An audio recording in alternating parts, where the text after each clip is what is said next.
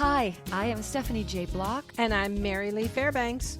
Welcome to Season 5 of Stages Podcast, where we go behind the scenes and beyond the resume.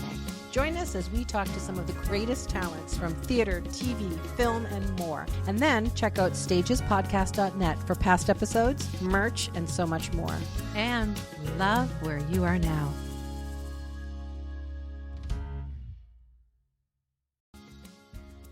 Stages Podcast is sponsored by BetterHelp.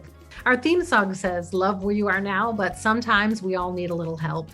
I've learned from therapy and in my yoga practice that growth comes from challenges. A good therapist can help you reframe the way you look at a challenge and your life. And BetterHelp can provide you with a therapist that gives you some tools to navigate. They offer customized online therapy, either on video or phone chat sessions. It's more affordable than in-person therapy, and you can reach a therapist in under 48 hours. And right now, Stages cast members get 10% off their first month with BetterHelp, so don't wait. Remember, when you support our sponsors, you support Stages Podcast. So log on to BetterHelp, that's HELP.com/stages, and love where you are now. There is so much to discover every day at the Museum of Broadway. Come explore 3 floors of dazzling costumes and props from your all-time favorite shows like Hamilton, The Phantom of the Opera, Rent, Wicked, and many more. It's the only place that you can get up close with Broadway's history from 1732 to the present day and learn how a show is made from Broadway's biggest icons. It's perfect for all ages. The Museum of Broadway is a front row seat and a backstage pass all in one. Visit themuseumofbroadway.com for tickets today. Hi, listeners. We hope you're enjoying Season 5. Did you know that when you press the follow button, it really matters on social media platforms and on the podcast platforms? So why don't you take a second and go ahead and press that follow button wherever you're listening, on Spotify or Apple Podcasts. Just press the follow button. And if you feel like it, you're feeling generous, leave us 5 stars and a review. It really helps us grow more than you know. Thanks so much for listening to Stages Podcast. But I live on a boat, and so, when you're on a boat, you got to make sure everything works. Yeah, you've got to have a cushion of the just in cases. Wanted to make sure we had a good connection. So let me go futz a little. Yeah, do what you need to do. Can you up your volume a little bit? Am I? Yeah. It feels a little quiet on this end. Okay. And you're not a quiet gal, so we know. And half of your language is you gesticulate. She's our this kind is a of gal. And of course, the boat's name is Brainwaves. Oh, that's nice. so I love that. Clever. Okay. Here we go.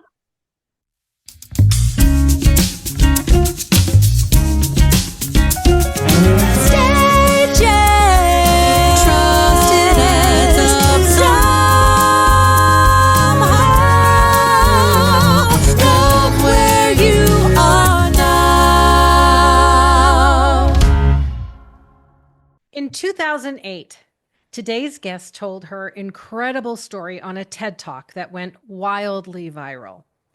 There is a sign behind her on that TED Talk stage that asks us, who are we? As she tells us the story of her stroke that shut down the left hemisphere of her brain and over 4 hours left her without speech, memories, or control over her body, without identity. All she possessed was the use of her right hemisphere and the ability to experience energy all around her, the energy of consciousness, a space that she calls nirvana. In her masterful TED Talk that blends science, humor, and humanity, we learn about the day of her stroke and the 8 years it took her to heal and write her first book, My Stroke of Insight, a brain scientist's personal journey. She said, "The more time we spend choosing to run the deep inner circuitry of our right hemispheres, the more peace we will project into the world, and the more peaceful our world will be." She answers her own question, who are we, by saying, we are the life force power of the universe. 12 years later, she has published a new book, Whole Brain Living, The Anatomy of Choice and the 4 Characters That Drive Our Life. This book urges us to take control of the circuitry in our own brains and to make new rules of freedom. Her first book encourages us to heal from the inside out. Her second book guides us how to do it. She teaches us about the 4 quadrants or characters in the brain so that we can understand and harness them. She gives us a new way to create the life we want simply by understanding why and how we think. I am so excited to speak to this woman today. Please welcome to Stages Podcast Harvard-trained neuroanatomist Dr. Jill Bolte Taylor. Dr. Jill Bolte Taylor to stage, please. Dr. Jill, can we have you on stage? Oh my goodness. Oh my goodness. I saw your TED Talk in 2008. I read your book way back then. And it's always stayed with me. So when I saw this new book come out, I just thought, what a great way to reach our audience. Our audience is generally a younger audience in their 20 to 32 range, and they're all performers and artists. And I just thought, if we had these tools when I was 20, I would have definitely Yes. changed the course of my life in many ways. And I think Yes. to get these kinds of messages to really young, curious people is so wonderful and important. And I just love your message, and I love what you do. Perfect. Thank you. Yeah, I've often thought, boy, I wish I knew this when I was 20. I mean, Yeah. wow, what a different life I would have led in so many ways. So excellent. Thank you, and welcome to your audience. Oh, Thank thanks. you. And we as artists, we pride ourselves in being in the moment. That's the whole goal. You describe it in a different way, but when I was listening to you speak and you were speaking about your stroke and the right part of your brain all took over, and as Mary Lee said, you were just this energetic force that was connected to everything, and how beautiful to just kind of live in this blissful blur. Isn't that leaf beautiful? And I'm one with the leaf. What a gorgeous place to be. But as you also write, but you can't function in the world, in the relatable reality of what the world is. Can you still access the blissful blur now that you know to get to the different quadrants of your brain? Yeah, after the morning of the stroke, when I lost that left hemisphere, which has me, my identity, all my details, completely functional in the external world. It can read, it can write, it can communicate with language, it can communicate about me, the individual, because it's got a group of cells that defines the boundaries of where I begin and where I end. So we have to have that in order to be a functional human in the world. And that part of the brain defines what is right, what is wrong, what is good, what is bad. It defines the social norm that we then try to take ourselves and stick inside of, or we go to jail, right? I mean, it takes 2 hemispheres, right, to make this go around. But in the absence of all that detail and all that focus on me, the individual, what do I have? I have the present moment. I don't have the boundaries of where I begin and where I end. So I experience the energy of what I am to literally be as big as the universe, because energy is connected to energy, or there's no boundary. And in that experience then of the present moment, I am that, not the individual, me, Jill Bolte Taylor. And having been there for 8 full years, I decided I was completely recovered when I was actually water skiing. And I felt that I looked down at the water and I thought, if I wipe out now, that's going to hurt. Now I'm separate from that, and it's going to be Right. me hitting the water instead of me just, blending into this big energetic flow. And so at that point, I decided I was 100% back. I live my life as the consciousness of my right brain, visiting the consciousness and using the tools of my left brain to fit inside of the structure of societal norm, and just coming back to being a whole person. So the answer is yes, except I don't go back there, I live there, and I come here. Oh, Aha. God, I love that. You own the Just right love brain, that. you rent the left. Exactly. The master and the emissary. I mean, there's a beautiful book by Ian McGilchrist called The Master and the Emissary. It's about the master as the right brain, right here, right now, big as the universe, connected to all that is, and the value structure of the we consciousness of us as humanity in relationship to this magnificent planet, And then the tools, the master uses the tools of his emissary, which are the tools of the left brain: language, boundaries of where I begin and end, a social norm, a definition of right and wrong and good and bad, so that we as humans can work together, communicate together, participate together as individuals in the external world. There's this great Einstein quote that says, "The intuitive mind is a sacred gift. The rational mind is a faithful servant." And we've become a society that worships the servant and throws away the gift. That quote saying basically what you're saying and what McGilchrist is saying is the master and the emissary and the gift and the servant. And that's exactly what that book is about. Where does the subconscious live, Dr. Well, see, Joe? that's the thing is according to the medical world, I became unconscious when I had that hemorrhage in the left hemisphere. And so because the left hemisphere and the right hemisphere both have emotional tissue and thinking tissue. So it's not like the right is emotional, the left is rational. It's not like, Which is what we've been told for Yeah. 50 Forever. years, Yeah. 60 years. Yeah. Yeah. Yeah, and that's just, anatomically not the case. They just do things differently. So we have these two emotional groups of cells, one in the right, one in the left. We have these two thinking modules of cells, one in the right, one in the left.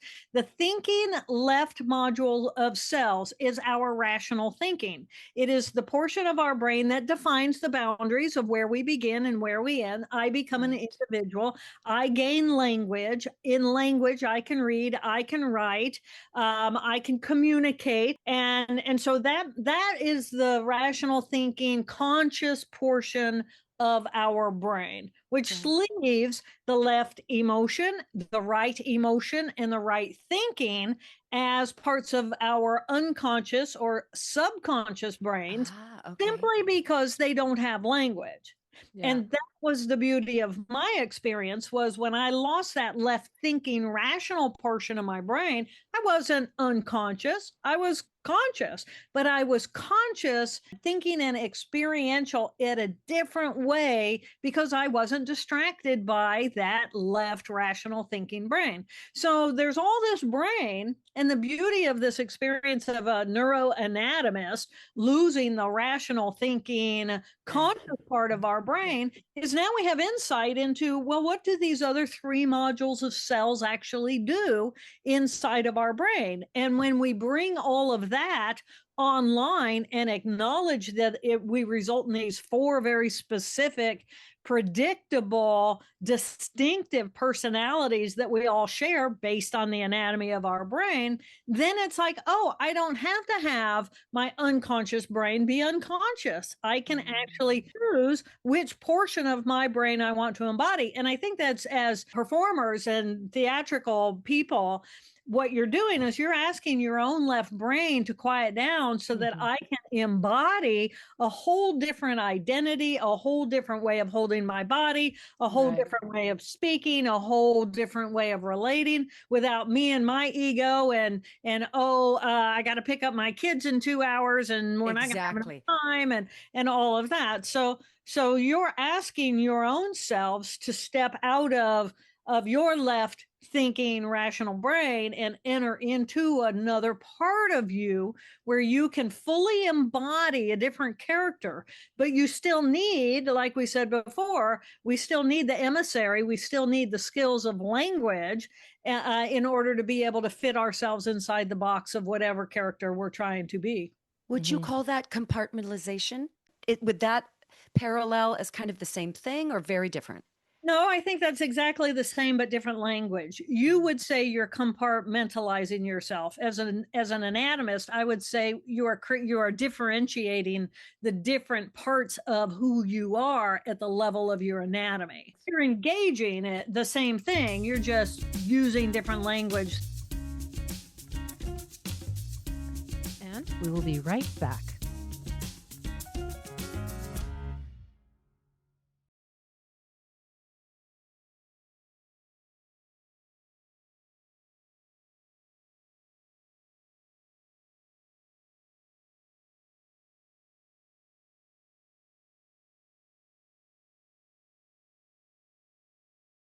The scientific community can be extremely data driven and fact driven, and anything that cannot be proven within their strict Yeah. confines is often dismissed. Yeah. So, when you come back from the experience that you have, Mm.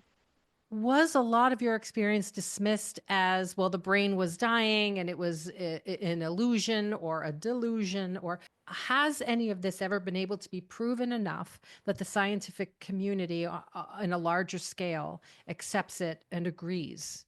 Well, let me say this. First of all, you're talking about the scientific method. The Yeah. scientific method, by definition, is a method.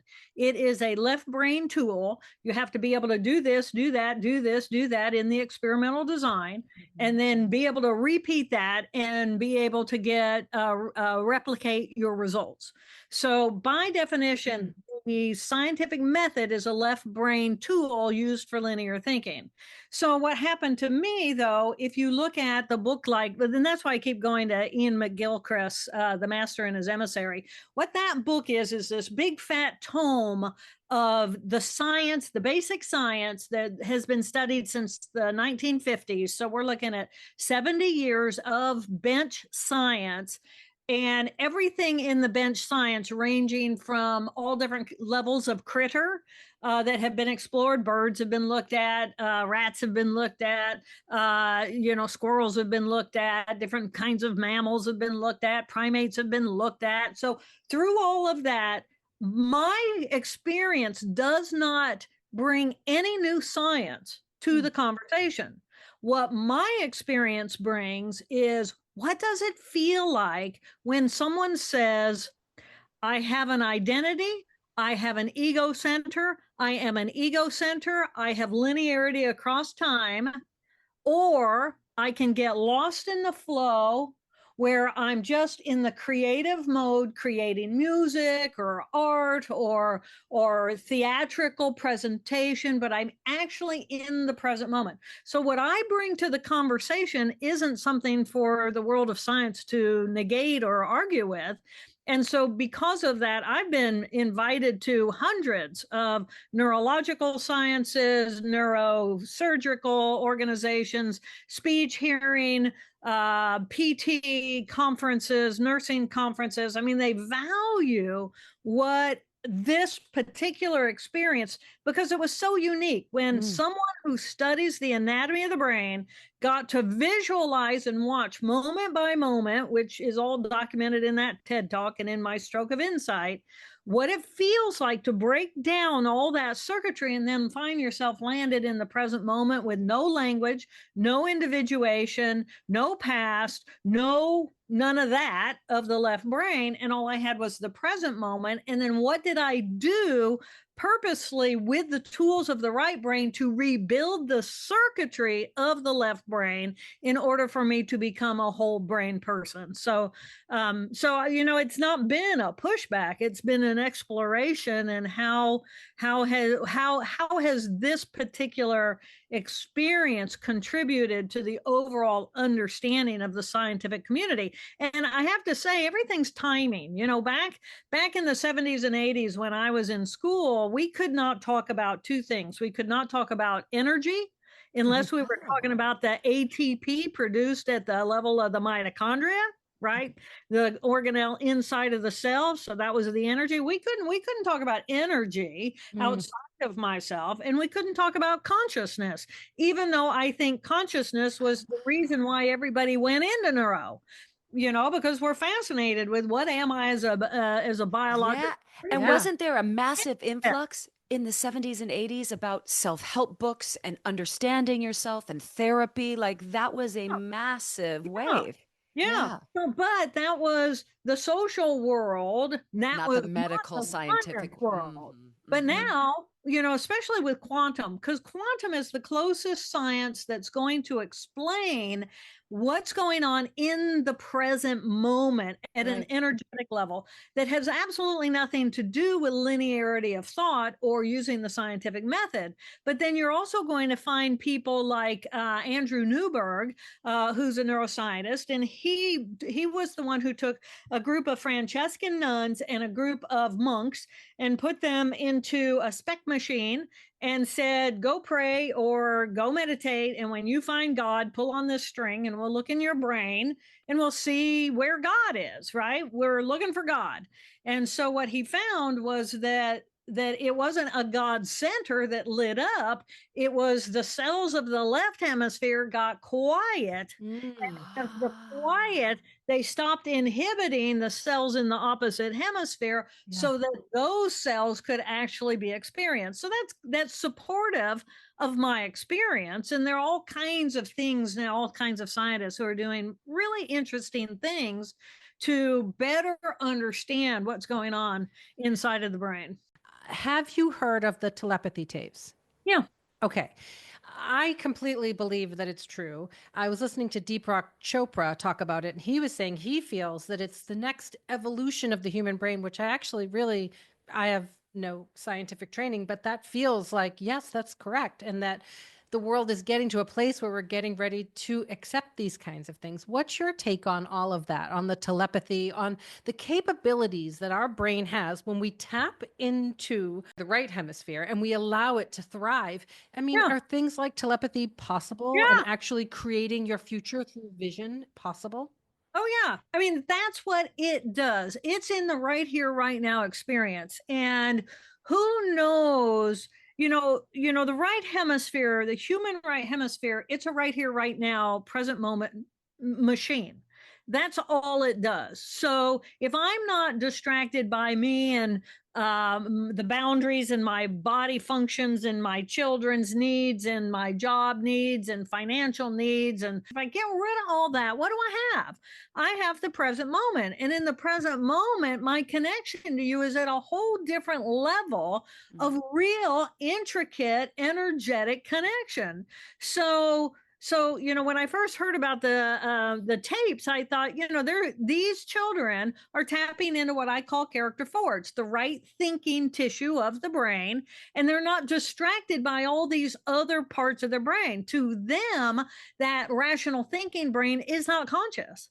It's not there for them. They don't communicate that way. They don't live like that. They're over here in the right hemisphere having that as a dominant experience. And, even couples, when you hang out, or with friends, when you hang out for long periods of time, you're reading each other's minds. How many words do you have to use? In the beginning, you might have to use 5 sentences to get that person to grill everything on that grill the right way. Yeah. But but after a few years of that, you use 3 words. Yeah. Right. I mean, it's like, and so of course, so to me, that's what's going on. They will be able to do MRI and different kinds of testing on this system now to figure out what's different, because everybody's conscious. The thing about the brain is we have multiple consciousnesses. Yeah. So if I shut down the part of my brain that is playful and open and expansive and creative and fun and camaraderie is what I care about, if I shut that down, and a lot of people have, a lot of The people, cell phones, social media, all of it. Yeah. So if all I am is a character one rational thinker, and I think play and fun is a waste of time, then what message am I communicating to my kids when they're being playful? Right? I'm probably giving them the same thing my parents gave to me. Right. So we're going to shut down that consciousness, because that's a waste of time and that's no good. And all we care about is you got to figure out what you like, and you got to climb the ladder, and you got to get a job, and you got to make a lot of money, and you got to fit into the box of the societal norm, and you have to worry about every rung on that ladder. Yeah. And so How sad. How sad, right? Yeah. And scientifically, you have said that's not how we're made. I mean, you said our feeling and emotional parts, which are quadrants on both the right and left side of our brain, they never mature. We are kids for our entire life. And so embracing that is literally saying, this is how we're made. This is how we're supposed to be wired and walk through the world. And maybe that's why there's so much depression and so much people are so unhappy, and why pharmaceutical, aids for that are so rampant now, because people are shutting down the kid, the joy that we can all tap into. Yeah, right. And that what good therapy will do is help you root that out and help you identify that, okay, those things that happened to me 30 years ago I don't have to live by how I feel, because I can stop that loop by looking at it, exploring that. To me, the most amazing thing about being a human is that we have this tiny little group of cells in the left hemisphere. It's in the left emotional group of cells. And those cells purposely, it is their job to step out of the blissful euphoria of the present moment. I mean, seriously, step out of the blissful content, enthusiasm of the present moment, and take everything of the present moment and compare it to every experience we had in our past. So these are the cells of our little emotional me, the individual, my individual left emotional tissue, steps out of the consciousness of the present moment and compares it to all my pain from the past, looking for a reason to push away from the present moment and say, no, that's a danger, or that's a threat. So without those cells, we have to reinvent the wheel every moment. Well, who wants to do that? We wouldn't survive very long, because it was like, oh, you see a truck go by and something gets wiped out, and it's like, oh, I know not to throw myself out in front of that truck. And then if I don't learn, right? If I don't learn that, then goodbye to me when the next truck goes by. So we have these different groups of cells that give us they have different jobs, and they give us different information. But you're absolutely right about information streams in from the external world and first goes into the limbic tissue in each hemisphere, which is the emotional center. Yeah. So we are emotional creatures who think, instead of thinking creatures who have emotion.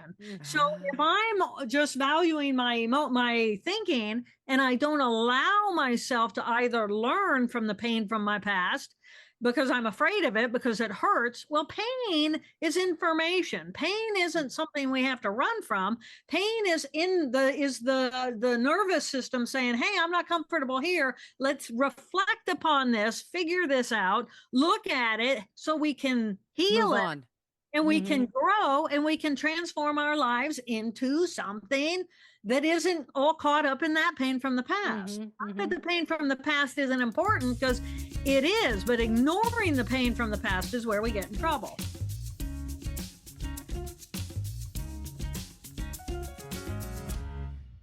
How did you move past your trauma? What was the first thing the doctors focused on with you to get you back to, in quotes, where you needed to be? It wasn't the doctors. It was my mother. It was your mom. It was my mother. My mother came in on day 3, and she had been told by the doctors that she was in Indiana, I was in Boston. And they called her up. My boss called her up and said, Jill's had a stroke. She's stable, which Gigi thought, as my mother thought, okay, well, that means she's going to be okay. It didn't. It just meant I probably wasn't going to die. But my mom thought that meant Jill's okay. She's going to be okay. Because you're 37 at the time? 37 years old. 37, yeah. So Gigi did, but my boss says, plan on coming for a while, 4 to 6 weeks at least, because she's going to need attention here. And so Gigi came on the morning of the 3rd day. I didn't know what a Gigi was. I didn't know what a mother was. I had no recollection of my past. All I had was I had become an infant in a woman's body. That's all I had. That's all I was. But my doctors and my colleagues kept saying, well, Gigi's coming to town. And I'm going, what's a Gigi? I don't know what a Gigi is. And so on the 3rd day, Gigi comes in. She's thinking I'm going to be sitting up. I'm going to be speaking. I'm going to be okay. And I'm literally laying in the bed like a lump of lead. Wow. And she comes in the door, and we catch eyes with one another, and she just realizes this is stable, right? And so there was no recollection when you looked her in the eye. You didn't know nothing. I knew nothing. I had no past. I didn't have a past for years. But I didn't know if energetically you would have felt that there was something special there. No, total disconnect. So Gigi comes in the door. She acknowledges the doctors along the way, and she picks up the sheet, and she crawls in bed with me. She wraps her arms around me, and she starts rocking her baby. Oh. And I'm thinking, oh, this is a Gigi. Comfort, rocking, safety, whatever. Somebody claimed me. Yeah. Because I was an infant. I couldn't talk. I couldn't understand what they were going to do to me. I couldn't sign anything. I mean, I had nothing. And this woman came in and took ownership of me, and she wrapped me in her love. And the biggest thing that girl did was, first of all, she got me out of the hospital as soon as she could because she didn't want me to get an infection. And she let me sleep. Let me sleep. And my brain just wanted sleep. And then she would let me wake up on my own time. And when I woke up, she would give me food. She would try to take me to the bathroom once I could do that. And then eventually I would, so I was on a 6 hour sleep, and then I'd wake up, and then I sleep, so I was on the 6 hours. Like an infant. Like an infant. And then eventually sleep, eat, poop, sleep, eat, poop. Sleep, eat, poop. That was it. Yeah. She let me. She had no expectations. She truly believed that nothing knew better than my brain what it needed in order for it to recover. So her job was to get rid of all obstacles for me being able to give myself what I needed. Since your left brain was completely gone and you couldn't remember anything, when in the process did you start recalling your experience of actually having the stroke? A shower, I looked at business cards, I called my work. When did all those memories come flooding back so you could tell your story? The right hemisphere is a movie. Didn't go away. The right hemisphere tells the movie. So I could remember, so the right hemisphere is these moments. So I had the moment of, for example, being in the shower where I turn on the water and the volume literally knocks me into the wall and I cannot distinguish the atoms and molecules. Now I had no linearity to my moments, but I had this memory of these moments. And so then it was, I'm going to say a good 2 years, in somewhere between year 1 and year 2, I wanted to write the morning of the stroke while it was so clear and I didn't have any input from anybody else. And so I went to a Gestalt therapist and I spent a weekend working with that therapist. And I actually have this on videotape of recreating from the Gestalt of my body, redoing the morning of the stroke and telling the story as now I had language. And so we could get that linearity across time in order to be able to act that out and be able to document it.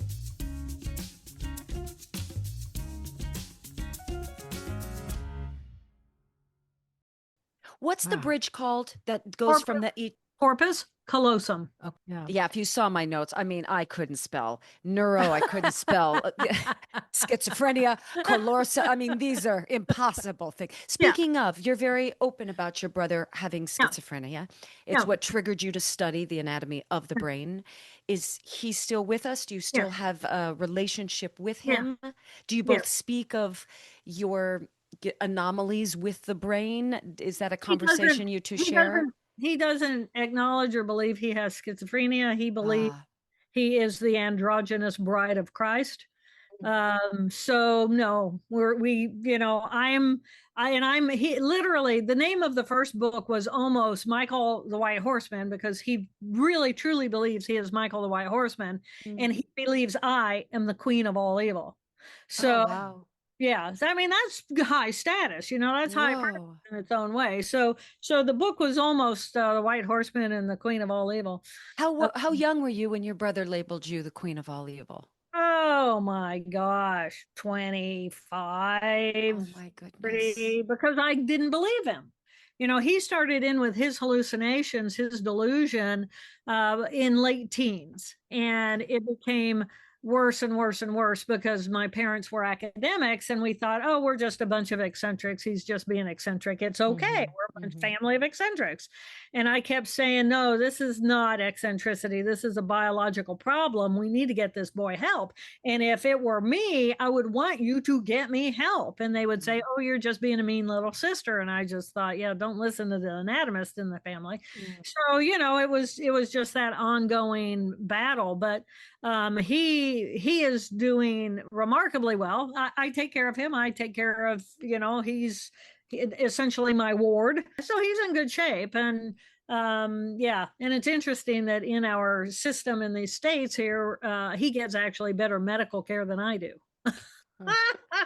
And I'm okay with that. Well, Do thank you goodness he has you, because his life would be quite different if he didn't have someone like you, as Queen of intelligent and all evil. compassionate, can Yeah, help him and look out for correct. him. Yeah.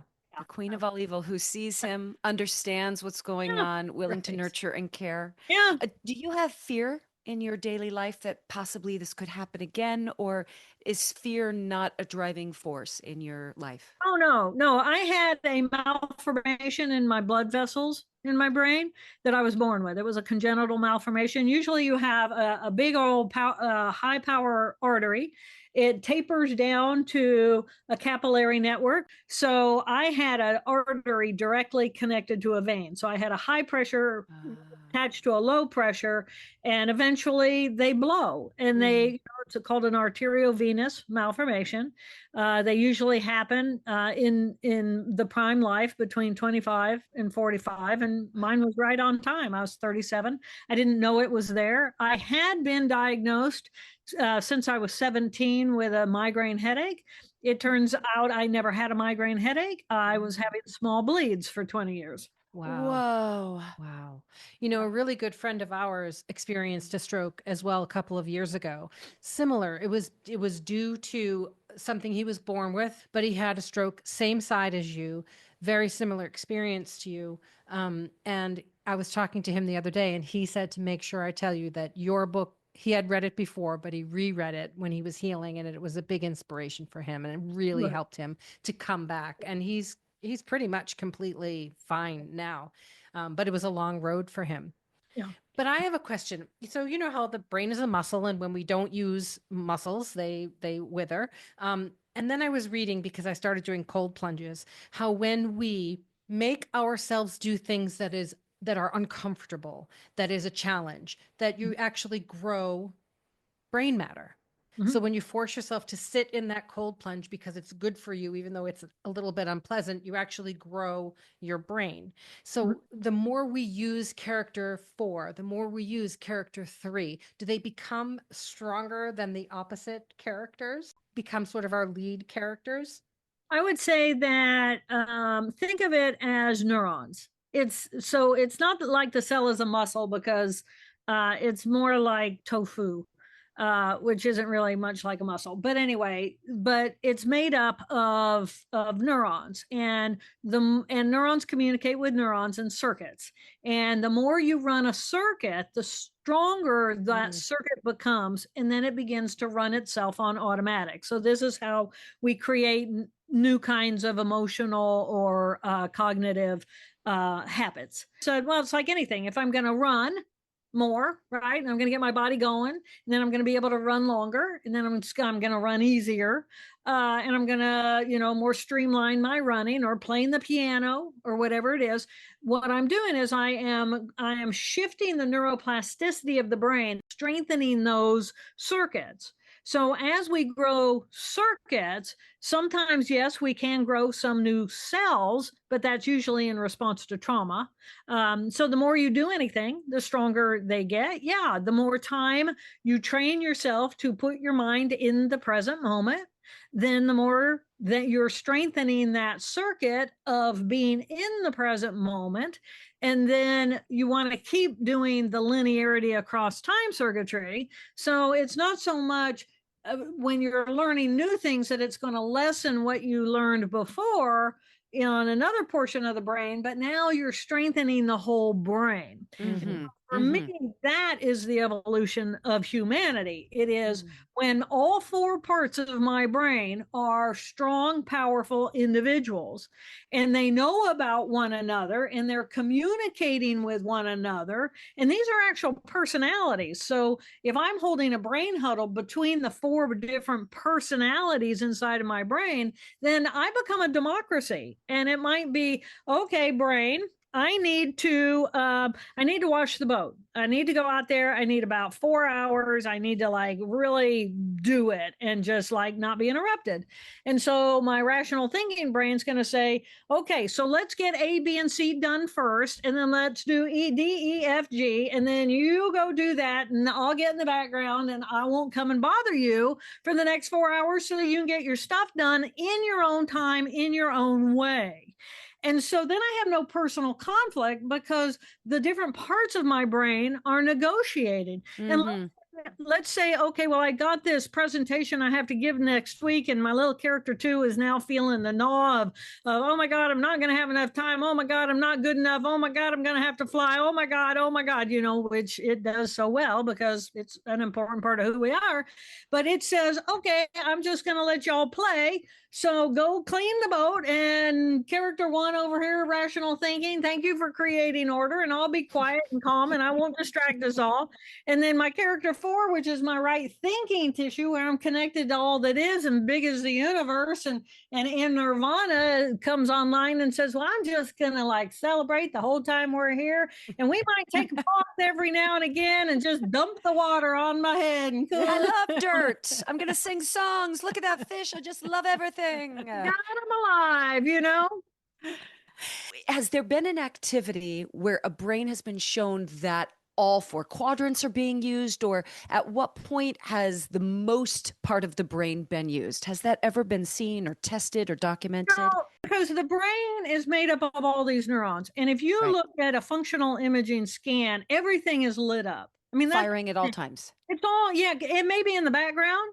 Yeah. You know, like I can answer a phone call, and I'm covered because I was doing something, and I'm now covered with mud, and I'm a disaster. But the phone rings, and it's appropriate for me to answer that call.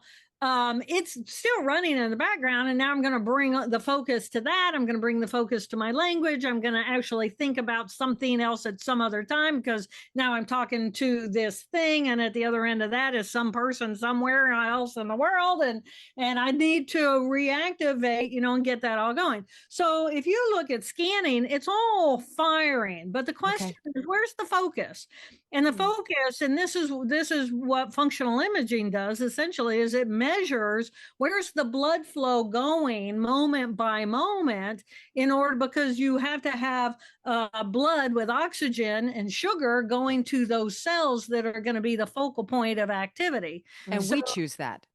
And you choose that, and right? We choose that. And realistically, if you go into the tube of MRI machine and you're laying around doing nothing, and they're just, you know, they may give you some very specific things to do. Like when I was doing my postdoc at Harvard, we were in the tube, and the guy who I was working for was the first person to put a little mirror over my face and then project dots, you know, going randomly one direction or randomly the other direction, and I had to track trace, and then they're coming at me, and they're getting small, you know, coming at me, or they're going away from me and they're getting bigger, and then they're mapping, well, which cells in that visual cortex are particularly being activated for movement. And so, you know, the brain is this very big place with a whole bunch of tiny little skill sets that all fit together then in order for us to manifest as a human in the world. And we don't even think about,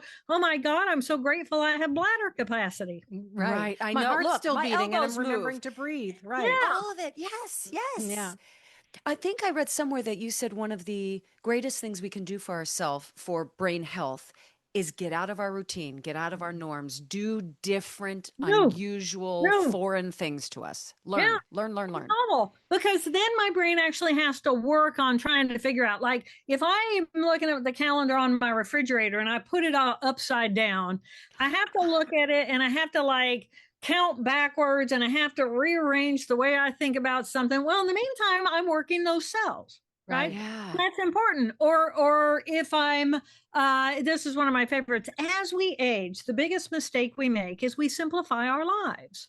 So let's say, and what we're doing is we are routinizing, creating a routine that is so defined, we don't even have to think about what we're doing anymore. We go on automatic. Well, what that means is that I'm saying to my brain, I don't care about all you other cells that are in there trying to figure out new stuff. I'm going to go as simple as possible and routinize as much as possible, do as little as possible so that you guys can get rid of all those other little interesting connections. And all I need is my routine. And then we wonder why we're not thinking creatively. Well, it's because Right. we trained ourselves. While Right. my Right. 10-year-old is like, I'm going to try to brush my teeth with my left hand while standing on one foot Yeah. while turning on and Exactly. off the light. Yeah. And Yeah. you're Yeah. like, Yeah. why are you doing that? And You should she's, do that too. we You should should do do that. Yeah. that too. We should be doing weird stuff every day because it's saying to the brain cells, I care about new and interesting connections. Yeah. I want you to be working for me throughout my lifespan. I'm anticipating my life is going to be a while. So I don't want to routinize smaller, smaller, smaller. So that is the same as use it or lose it. I have a question. You were talking about creating new neural pathways. Generally, when you're trying to form a new habit, a new way of doing something, how long does it take to create that new neural pathway? And the reason I'm asking is because in your new book, you talk about the 90-second rule, how generally our feelings flow through us. It's 90 seconds. So if you're with a narcissist and they're saying something horrible, instead of taking the bait, just give it 90 seconds to let that Yes. feeling move through you, make a choice which part of you is going to respond or not respond, and Right. then move forward. But I've been trying to do it with beauty too. So like if I'm Mm. walking my dogs in the woods and I see something beautiful, I try to actually stop for 90 seconds and let the beauty in for 90 seconds because Yeah. we tend to move too Yeah. fast, right? We go Right. right past it. Yeah. So I have to keep reminding myself to do Mhm. that. And I'm wondering, when will that neural pathway be so strong and clear that automatically I see something and I stop and my brain goes for 90 Mhm. seconds. Wow, let's breathe that. Okay, great. Yeah. I When think does it become automatic? it's going to be unique to every person. Mm. For me, I can look out at the trees and leaves are doing whatever leaves do in the breeze. And I look at it and I don't focus on the leaves. I become experience the energetic of the energy moving those leaves. Mm. As soon as I do that, I open and I expand. So I can do it in an instant. I can do it as an instant because of the stroke. And it's precious to me. So that's my go to. So if that were your go to, 50 times a day, then you're going to make that pathway over there a Sure. lot quicker than if you do it once or twice a day. It's a real feeling. And as performers, Steph, you It's know a, that we know this feeling when you're on stage yeah, and you hit one of those real moments, whether it's Mm. harmonizing in a note in a song, or yeah, you happen to see someone in the audience who's moved to tears by something that's happening. It's a literal feeling inside that yeah, I know it when I feel it, and you always want to hold on to it. I actually feel yeah, it when I've gone up to see the gorillas in Rwanda, and it's the same feeling. I sit there, I cry every time because it's that same feeling. And it's mm, indescribable. yeah, yeah. It's not painful, but it's a physical like ache. Expansive. It's literally an Yes. expansive of Yeah. yes. It's an Yep. expansive of the energy of what you are. So you're literally pushing out your own energetic expression, Yeah. and that becomes a part. It's an invitation to you Exactly. to do that. And there's just this incredible sense of bonding. And it only happens in the present moment, That's right? it. Yeah. Yeah. Don't think, stop analyzing. What kind of monster is that? What was that facial expression? Yeah. All those things that the left brain does. Da, da, da, da, da, da, da, da. Stop the Stop it. Stop language it. and come into the present. So you might find that if you actually spend more time coming to the present moment, that if you that's the goal, then whatever's in the present moment, you will be training yourself to be open more to. You use the word welcoming, and that for me, ML, is what it is. I Yeah. lose myself and yet somehow find myself. I feel Mhm. safer, comfortable, more at home, and probably the only part of my body that I feel, interestingly enough, because I would have assumed it was the Christ consciousness. It's the bottoms of my feet. I can Oh, only feel, so it's almost like rooting, right? So Huh. all this opens up, yeah, but yet my feet, that's the only part of my body I can feel. yeah, Isn't that interesting? That yeah, is interesting. Mm-hmm. Yeah. yeah, yeah. Oh, Beautiful. Why do we do that to ourselves? Why do we pull ourselves from those moments out of fear of people are going to think we're wacky because we're trying to walk around and find that opening all the time? Why why Oh, is it that we there are pull a lot of ourselves? people. There are a lot of people who don't ever try. There are some people who they don't even know what we're talking about. Right, You right. know? The awareness of it doesn't even Yeah. exist. Right. And much less the experience. And then if something weird does happen, it gets labeled as weird and Yeah. uncomfortable. And now I'm afraid of it and I'm going to push that away. And then we're going to call that woo woo. And then we're going to criticize those people who are woo woo because woo woo is no good. And it's like, let's just take a breath, right? Yeah.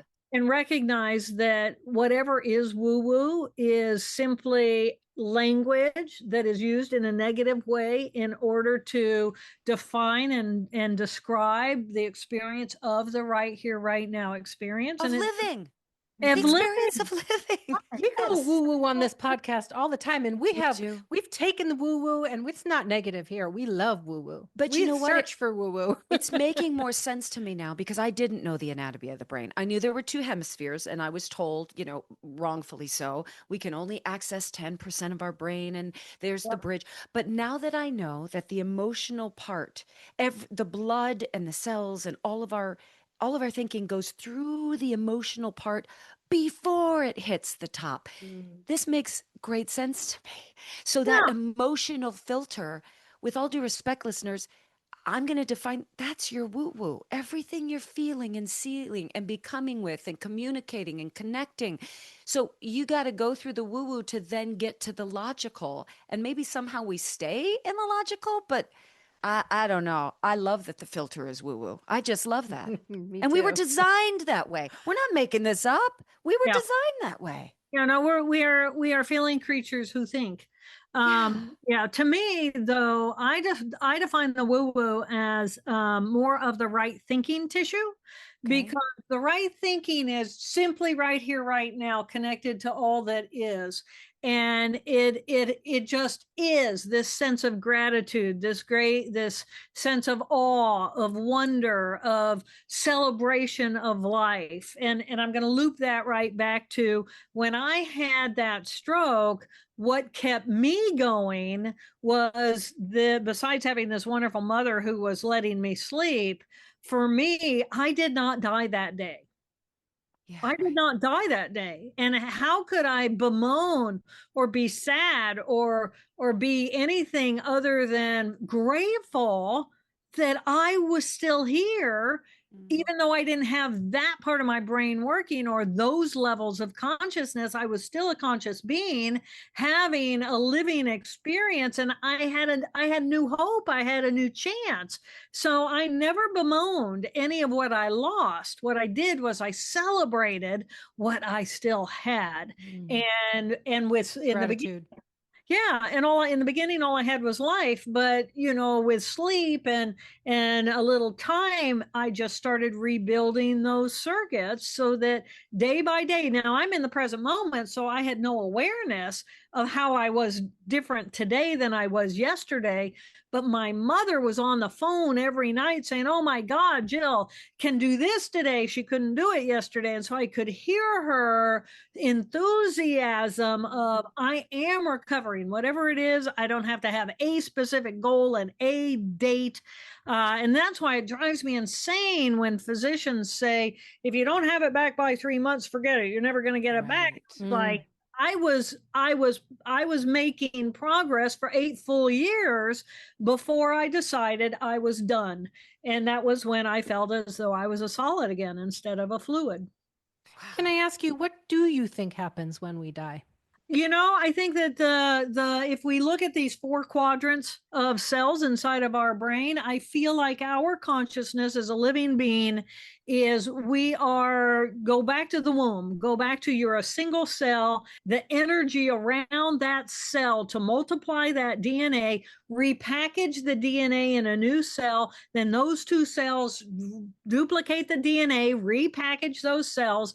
This will happen for 9 full months at a rate of 250,000 cells per second.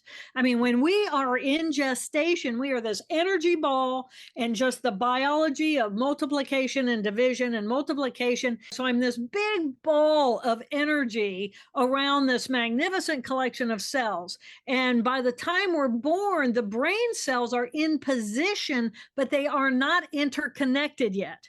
So that's why the first 2 to 3 years of life is so important, because now those cells are interconnecting based on experience. And so we are this nature nurture creature. And so that's why it's so important that during those first 2 to 3 years, we offer an enriched environment, have all these different experiences so that the neurons are all making new connections of possibility. So, and so the emotional tissue is better developed in each hemisphere than the thinking tissue, because we have to be able to wail. We have to have a way of communicating. We have to experience pain. We have to communicate our needs in some kind of an emotional way. As we get older, the connections from the thinking tissue, that tissue is designed to regulate and modulate what's going on in the emotional tissue below. We can comprehend and we can communicate. Oh my God, I mean, it's a miracle that we exist. It's a miracle. You know, all this is happening. And so then we go backwards when it comes time for death, because the last thing that really develop well is going to be that rational left thinking brain. You know, when we're dying, what do? We peel off that rational thinking brain that is somewhere other than here, because we're not there anymore, right? And then the emotion of the past and of the future, that loses its value, because again, we're in the process of dying. We're right here, right now. And then the body and our relationship to the body and the experiential of that right emotional tissue, then that starts to go down, because we're not running around. We're not running, you know, I'm talking about a normal death, but we're not running around anymore. And then, so the last part to go will be the dissipation of our right brain consciousness, where we are connected to all that is, dissipates and disconnects from this body. And then we're out there, and who knows? I don't know. That's the best I can do. So we're born as little universes, and when we go, we become part of Exactly. Yeah. Yeah. That was a long way of getting to, I don't know. I don't know. I don't know. I don't know. Yeah, but you have to take the journey to You do, you know, especially when you know you're a genius scientist from Harvard. Of course you do.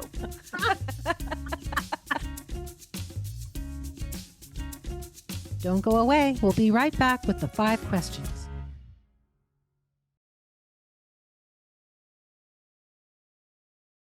Yeah. Tell me, what is your perfect sandwich?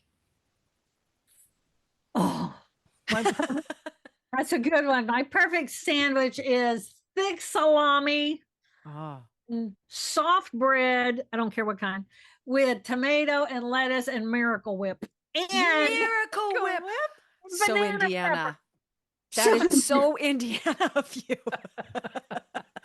And it's yummy. That's my perfect sandwich. So earlier in the conversation, you mentioned something. Hey, if we didn't have our left brain, we'd end up in jail. This is one of our questions. If we were to call your dearest friend or whoever is closest to you and say, hey, Dr. Jill has landed herself in jail, what would they have assumed you've done to get yourself there? I don't know what they'd think I'd done, but they would laugh their butts off.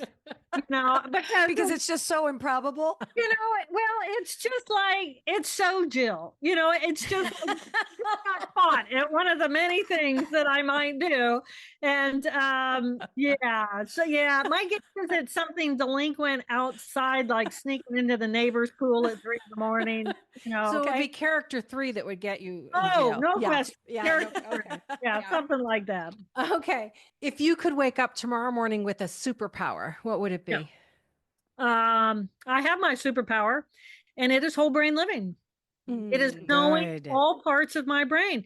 I tell you, it is a superpower. When you know intimately all four parts of who you are and you value them and you celebrate them and you exercise them, you bring all of you to the table. And to me, that's the superpower. So Incredible. I feel like that's the gift of the stroke. It gave me the superpower of who I am. Yeah. Look, you've already written best-selling books, A Stroke of Insight, Whole Brain Living. But if you were writing a book right now, today, what would you name the chapter of this moment in your life? How to live on a boat.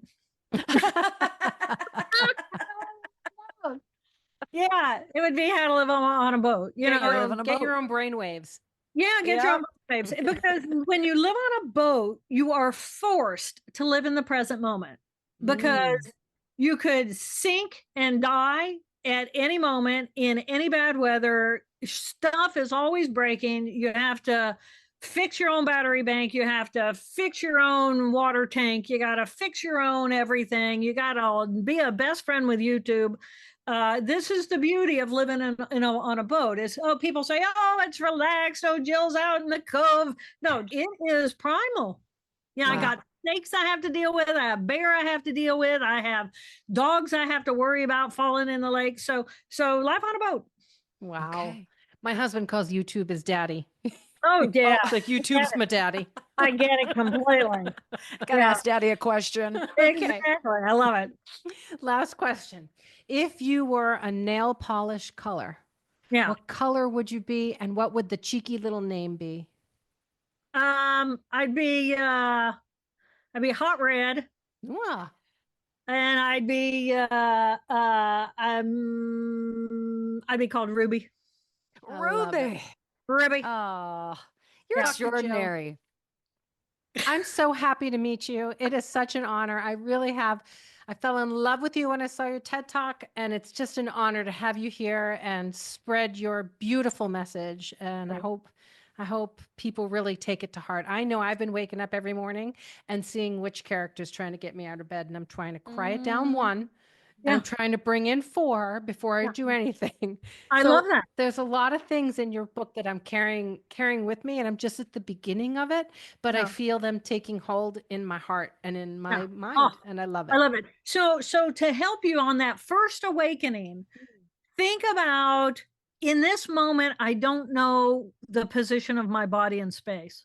Mm, Right. So because eventually that hooks on left brain and says, okay, my legs are crossed, or my legs are doing this, or I'm tied up in this blanket, or where are my hands, or what's going on. Forget, just be aware in that moment. You don't know where you are. And mm, hold that consciousness as long as you can. And it's like, mm, cool. And you'll see that you may not have any idea what I'm talking about until you know what I'm talking about. Mm. I Yeah. love that. Yeah. Thank you so Thank you. much. Thank you so Pleasure. much. Been a pleasure, ladies. I Thank hope there are you. no bears or snakes in your future today. Well, let's see. Don't go away. We'll be right back. Yay. I almost Yay. want us to get cute little necklaces with 4 keys on them Yes. so that we can unlock whatever quadrants of our brain. I love it. Let's do it. Let's Nobody design else it. even needs to. Let's design it. Design it, and we'll make them Who for each makes other jewelry? first. I don't know. I'll find somebody. Okay. I love that idea. I love that idea too, because she she refers to in her book naming them, like Mhm. giving them actual names. Have I you think named she's got yours? like Yeah, Helen is yes, Hell on Helen Wheels. for That's number yes, 1, and Pig Pigpen is yes, 3. Abby for being abandoned is number 2. And then the Queen Bee or Bee something Bee, Queen Bee or Queen something It is her definitely is 4th. Queen. I remember Queen, and it's not the derogatory name that her brother gave her. It was something else. But for me, every time I was reading part of her book or watching an interview, they just looked like 4 little houses to me. And it's like, which, and she even referred to, right? I live here, but I rent here, or maybe I said it, but whatever. It, I like that idea. I'm choosing to be in this house, this house. I'm turning the lights on this one. I'm dimming the lights on that one. For me, Hmm? because I've thought about stuff like this for a while because of all the yoga, right? Mhm. And because I have some very challenging people in my family, Orbit. right? In my orbit. So I used to try to teach about forgiveness when I would teach a class, and I would say forgiveness needs to be automatic, right? Forgiveness isn't earned. Respect and trust are earned. So you have to Yes. just forgive for free, set yourself free, and let them earn your respect or trust. And maybe they will, maybe they won't. That's up to them. But this kind of adds to that for me, where I used to have a hard time letting go of other people's bad behavior because I felt like I was letting them off the hook. But this allows me to go, okay, it's my character one that wants to punish them for their bad behavior or wants to hold on to their bad behavior and remember it for future, evidence. But if I let that go and I jump into character 3 or 4 and say, that's just where they are, just let them be who they are, and you get to sort of separate energetically and from all of it. And it's not about forgiving, it's not about allowing, it's not about any of that. It's just You're about just you making a choice to do for what you need to you. do. Uh-huh. This has sort of helped me get there, this book. I love that. Yeah. So, two things are standing out to me. I watched her moment with Oprah on Super Soul Sunday, Yeah. and Oprah said, what I'm taking from it is we all have to take responsibility for the energy that we bring to a space. Mhm. And we also have to take responsibility for the energy that surrounds us. Mhm. These are our responsibilities. And it's wildly important how we enter something and how we also say, well, I'm going to remove myself from that. Then Yes. there was another gentleman, and I apologize, I don't remember who she was speaking with. He then referred to his book and a quote that he took, which is, I found so interesting. He said, our life is the C between B and D. B being birth, D being death, C being choice. Ooh. And life is choice. Ooh, I love. Isn't that powerful? It is very empowering. Yes. It is. And this book helps you see It's that you are in charge of that power. It's not about teaching anybody else a lesson. It's just let them live their life. Let them make their choices. Let their behavior be theirs. yes, yes. And they will suffer the consequences. It's not up to you to make sure they do or to try to control. You just have to step out and into that really beautiful, peaceful part of yourself. And those Yeah. 90 seconds allow you to get there. I don't know. And There's a it's a real lot in this manual. book.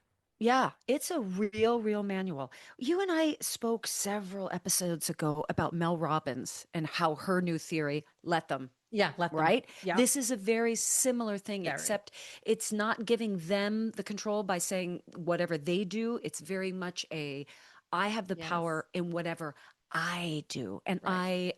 nothing against Mel Robbins. She's a genius. She inspires me Yeah, greatly. she's awesome. She's awesome. But I did like the whole brain in the sense that I felt much more in control in a very uncontrolled world because Yes. of how powerful we are with these four houses in our head. Yeah. And we have access to all of them, not the 10% that we've been told, not it's only the right brain or the left brain. We have access to all of that. And that Yeah. made me feel like I now have a skill set that I was told I didn't have before, right? Yeah. Yeah. Yeah. I- No, it's great. And it is like when you first pick up the book, it takes a Overwhelming. minute. Yeah. I sort of saw it like a jigsaw puzzle. Like, when you first dump out a jigsaw puzzle Yeah. and you see all these pieces and colors and you're like, oh my God, how am I going to How's make this going to sense come of this? together? But the more you look at it, the more you start to see the textures and the shapes and the thing. And then they start almost calling to you where they belong. That's how this Mhm. book is. At first, it's like, whoa, wait a second. There's a lot going on here. But then the more you sit with it, the more it pieces itself together inside of you. Does that make Yeah. sense? It totally That's makes how it felt sense. to me as And I was. that seems like it aligns with who she is. Again, it's not about the linear, it's not about making it clear and cut. It's about seeing things in a different way, bringing it together with how it works for you and how it feels organic to who you are. She's a cool, cool And lady. she's so cool. Yeah. You know, I was thinking, like, if you know how they say, like, if you could invite 12 people to dinner, I would totally invite her to the dinner. You would. Totally. Because she's so fascinating. And there's so many questions I wanted to ask her about Alzheimer's and about even know. about like personality disorders. Like, there's a million questions I wanted to to ask her. dive a little bit into schizophrenia and where does that live in the Yeah. brain, all the different, Yeah. different Anyway, this was disorders. such a fun one. Oh, and girl, if you don't know this about me, everybody, I love MRIs. I've had several. I couldn't feel cozier in this cocoon of where I can barely move and I'm actually being told don't do anything, hardly breathe. I love it. I know it brings a lot of like anxiety and fear for a lot of people. Not me. There is a safety in an MRI Yeah. for me where lay quiet and everybody else Permission. gets to do You permission. get permission to do And I'm not nothing. distracted. Like there's nothing to look at, nothing. It's really interesting. I need to explore that more. Why I love MRIs. It's so funny. Oh, I love you, Oh, friends, so I much. love you too. That was really fun. I feel love smarter these and better ones. and more in control. I love it. I love All you. right, Goodbye. I love you. Goodbye. Stages podcast is produced by Mary Lee Fairbanks and Stephanie J. Block. You can find us wherever you listen to your podcasts. Join us on social media pages or sign up for the mailing list at stagespodcast.net. That is also where you will find Stages swag. If you enjoyed this podcast, please share and rate and review the show. It really helps us grow. Big thank you to Noah Kaiserman and Garrett Healy for the original music, and Allison Arns, who has been with us since day one. See you soon.